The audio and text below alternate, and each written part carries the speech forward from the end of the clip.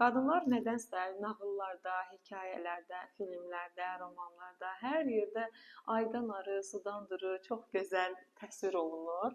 Və insan özünü onunla müqayisə edəndə, sevdiyi bir qəhrəmanlarla müqayisə edəndə özünü əksik hiss edə bilir. Sanki sevilmək üçün, dəyər görmək üçün, uğurlu olmaq üçün mütləq gözəl olmağa ehtiyacı varmış kimi hiss edir. Əslində gözəl olmaq estetikadır və təbii ki, könül oxşayan bir şeydir. Amma həyatın funksiyalarına, sənin seçimlərinə, həyatda başına gələcəklərə, sənin əldə edəcəyin uğurlara bunların əlaqəsi yoxdur. Düzdür, bu insanda bir özgüvən formalaşdırır sosial münasibətlərdə və s.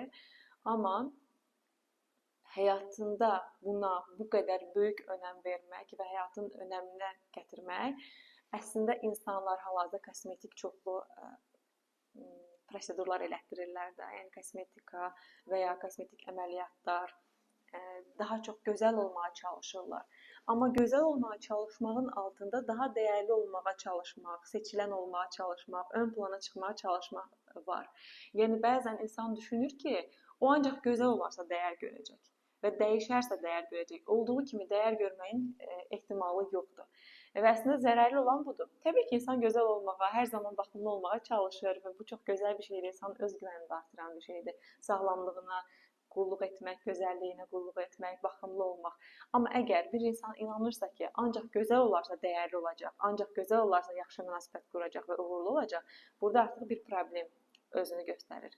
Öz dəyər problemi, özünü olduğu kimi qəbul edə bilməmək problemi. Bu da insanın özünü olduğu kimi sevə bilməməsindən irəli gəlir. Olduğu kimi qəbul edə bilməməsindən irəli gəlir.